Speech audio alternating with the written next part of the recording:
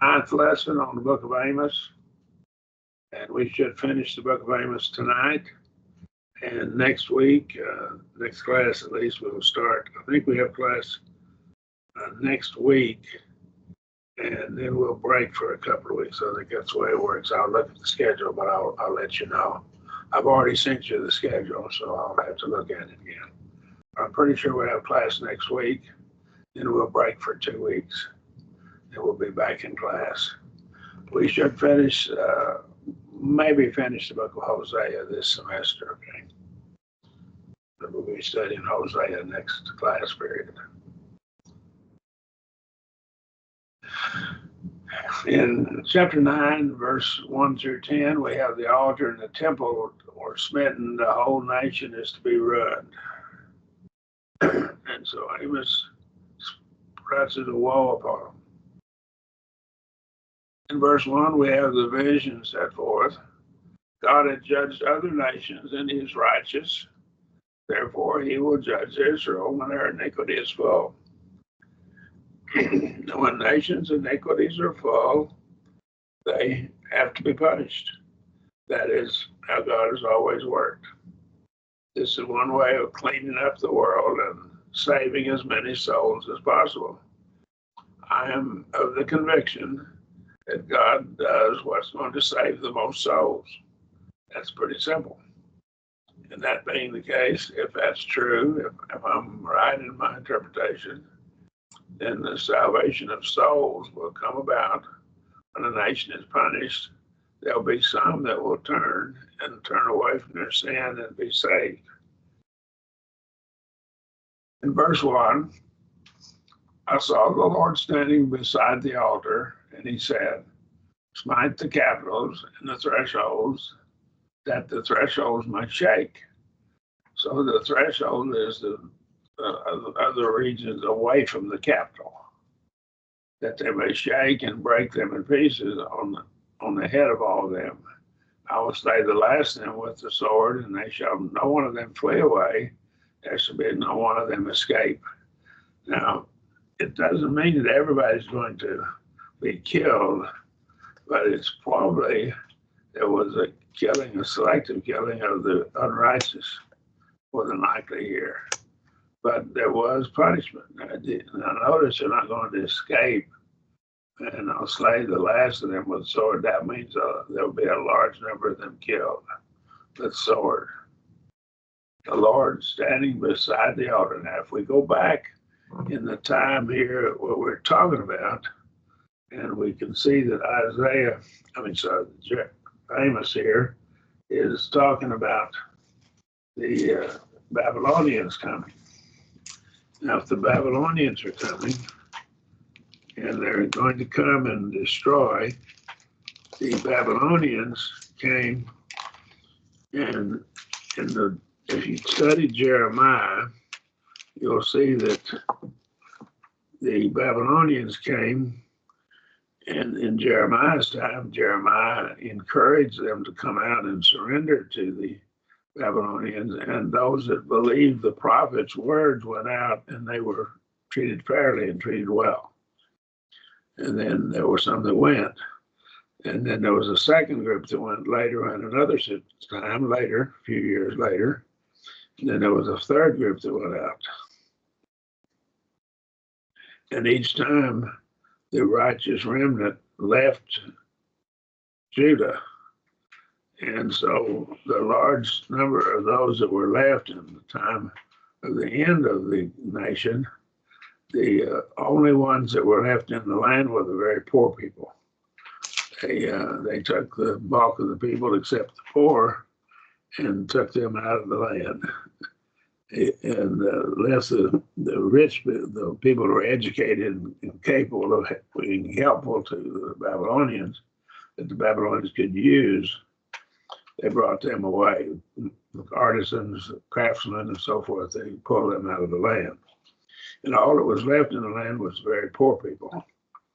But that's a lesson in itself, which I will digress just briefly right here and let you study it on your own. But they were told that they could have the land, those poor people. and that they could have it for 70 years, because the poor people had been given the right to the land every seventh year, and they hadn't honored that Sabbath, the Sabbath years, for 490 years, which would be 70 years of Sabbaths. 490 divided by 7 is 70. And so there have been 70 Sabbath years that the poor people have been cheated out of. They were told by Jeremiah if they would trust God and stay in the land, they could have the land, they could have their Sabbath, their 70 Sabbath years, all at once.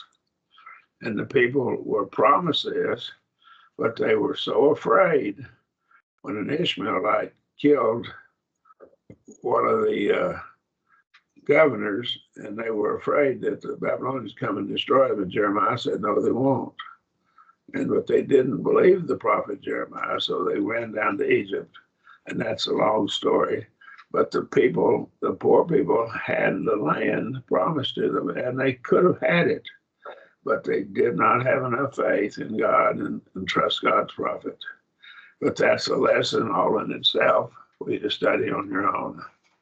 And so God intended that the land be used, and the poor people that were left in the land be able to use it and have it. But they did not trust God. So they lost it because of a lack of faith. Let's go in now. The Lord standing beside the altar possibly means that this is the altar in Jerusalem. I think that's what it means. Jerusalem was the Lord's rightful place of worship. Worship at Bethel and Dan was never of the Lord. The immediate context seems to point to the altar at Bethel, the end of the chapter. Therefore, the altar Amos has in mind is not certain, right? So it appears that it's that. And so we can't be certain as to what altar it is. But I take it probably the altar in Jerusalem. Now, if we knew this,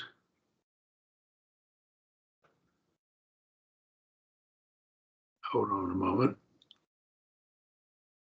This was in the days of Uzziah. This is before when Damascus was going to be destroyed by the Assyrians.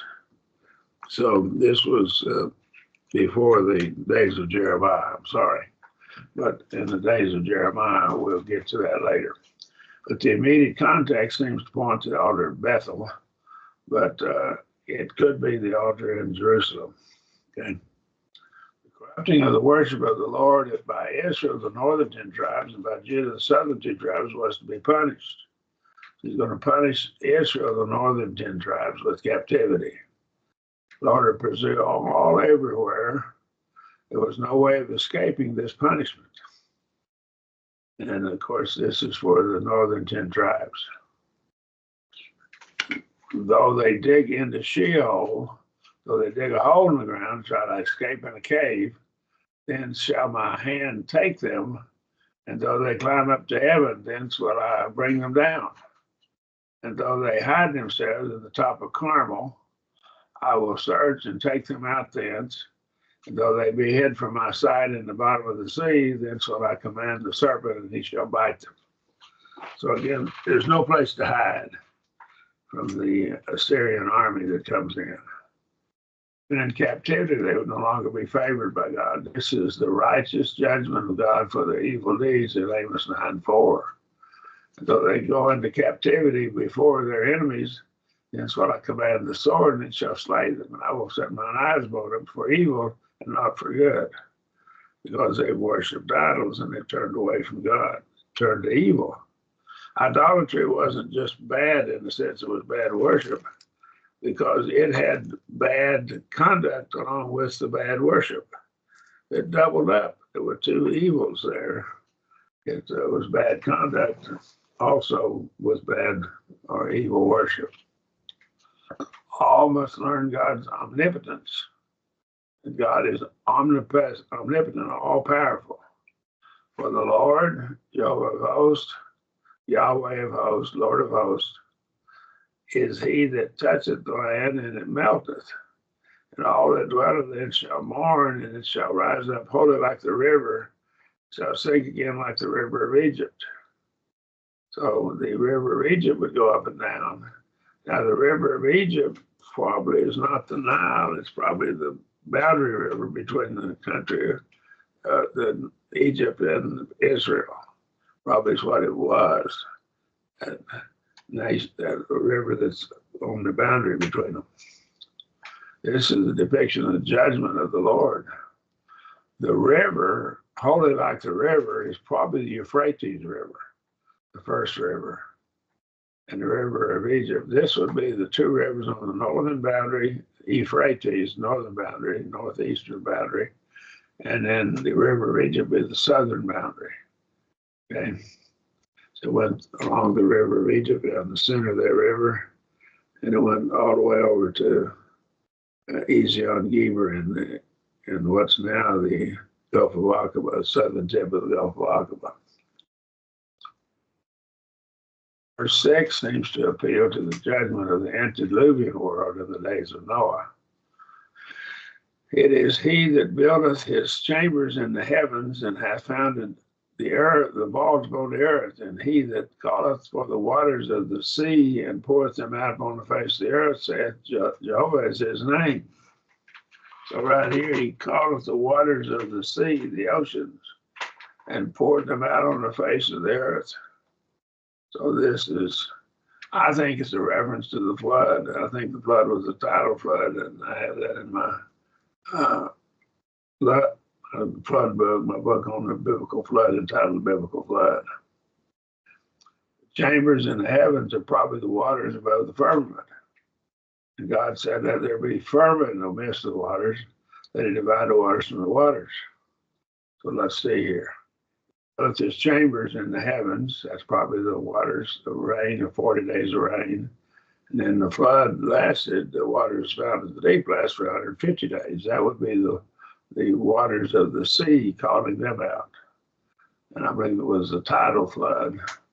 And you can deal with that in my book.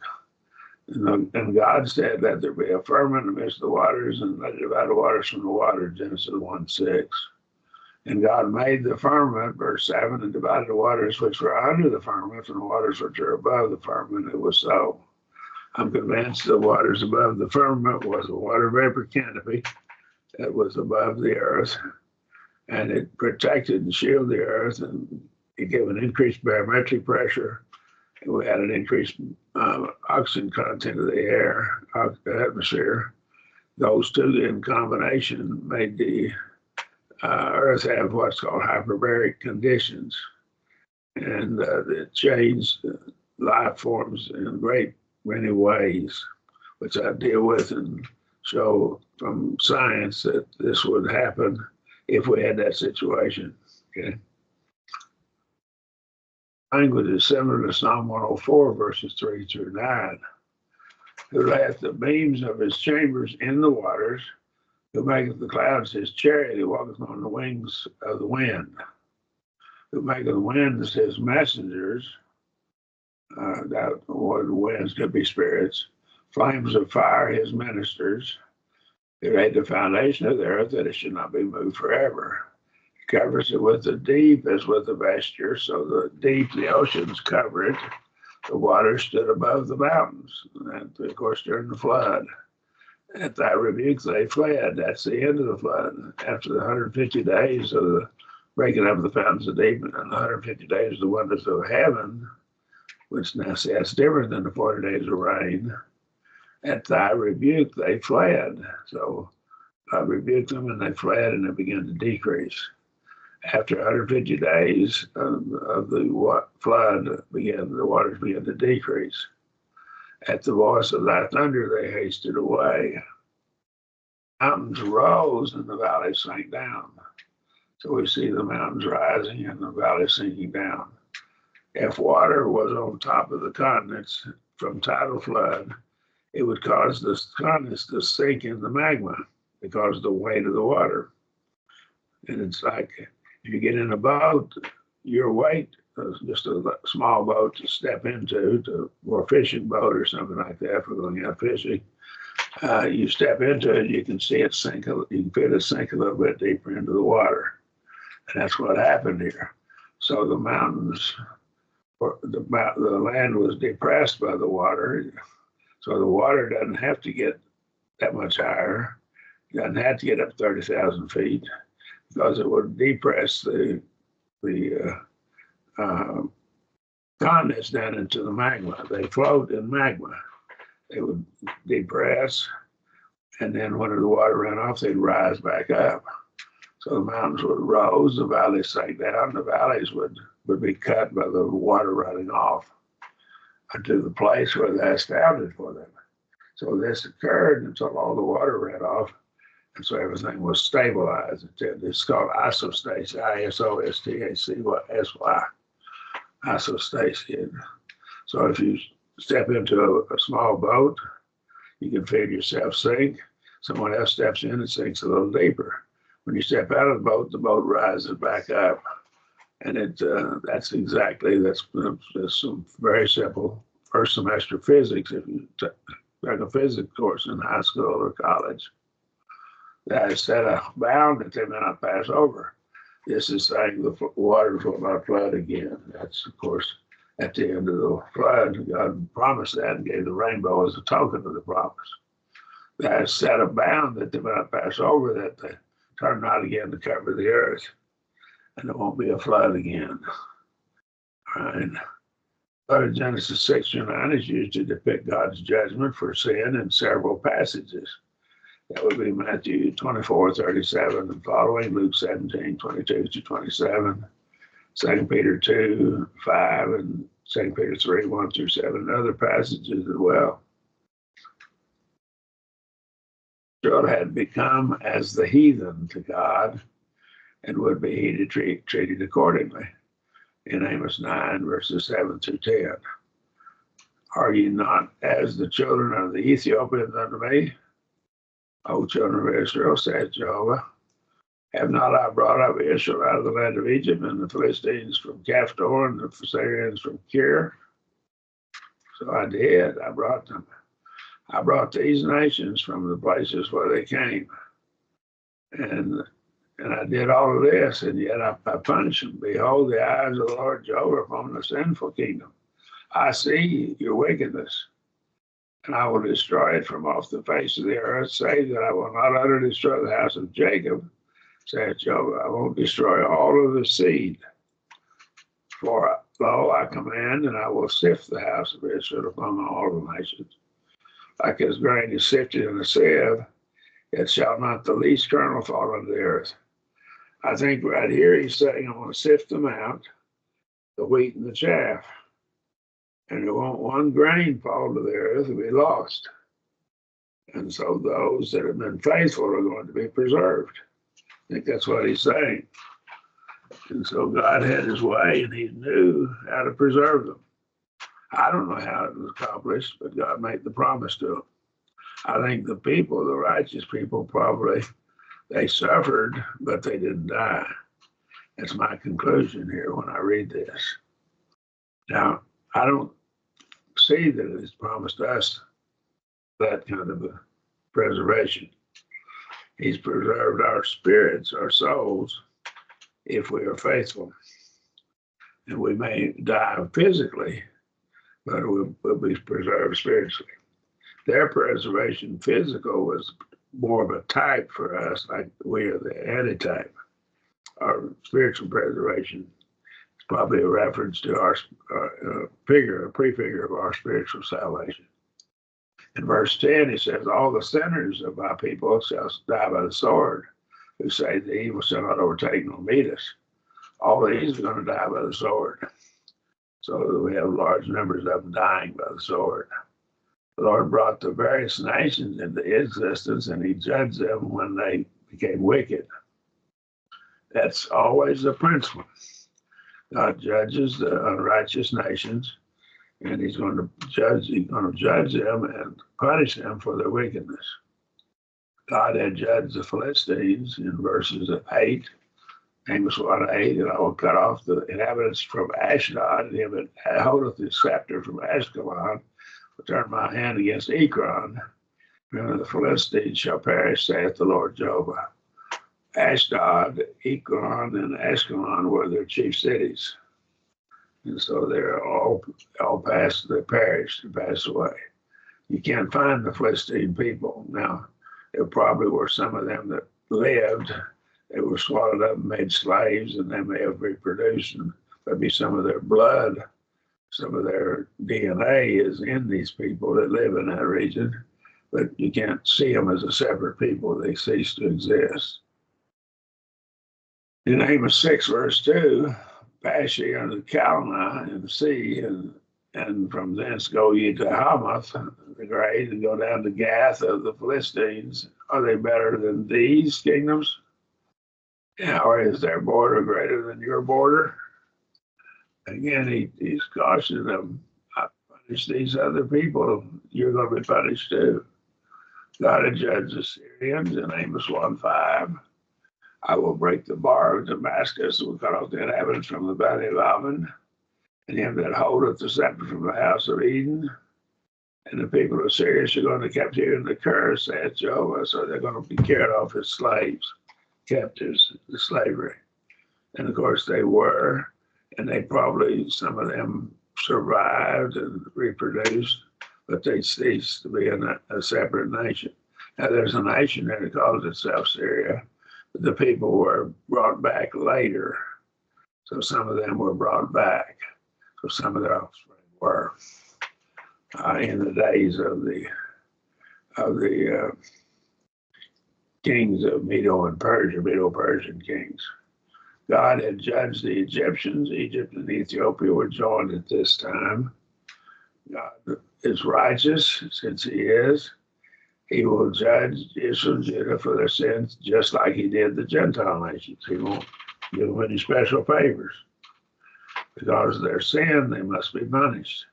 In fact, the judgment may be harder, swifter, because they had too much, given much as required. Other nations will be destroyed, but Israel would only be sifted. That is, the evil ones, the chaff, would die, but there would be a remnant who would survive. So there was always, through his prophets, there had been a remnant of people that was faithful to God. Not necessarily a large remnant, but a remnant. And this remnant now is going to be preserved, and they're going to survive. And we see this in Jeremiah about 90 or 100 years later, approximately. In Jeremiah 30, verse 11, 46, 28, as I mentioned a little bit earlier. Same principle here. For I am with thee, saith Jehovah, Jeremiah 30, verse 11, to save thee. So I'll make a full end of all the nations whether I have scattered thee, but I will not make a full end of thee. But I will correct thee in measure, and will in no wise leave thee unpunished. So I'm going to correct you, but I won't leave you unpunished.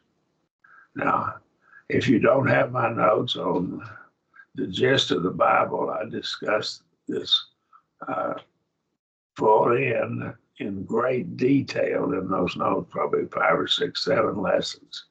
Go through it in great detail, follow it all the way through the Bible. So let me know at the end of class if you don't have it today, and I will email it to you, the materials. God punished Israel for corrupting his worship. God punished Israel for engaging in wicked practices. So there were 2 sins that were which they did. They corrupted the worship of God, and they engaged in wicked practices as a result of having gone away from God's authority and following his authority. Of course, the rejection of the authority of the scriptures, God's will, God's law, led them to false worship and also led them to wicked practices. Both of these came. Since God is righteous, he treats everybody by the same standard. He judged Gentile nations who sinned. So he's righteous and he judged the Gentile nations who sinned. He will also judge both Judah and Israel for their sins. Now there's warning to both of them. Judah wasn't in such bad shape at this time. They were in trouble, but they were allowed to exist for a little over 100 years later. They were destroyed. carried into captivity. Questions?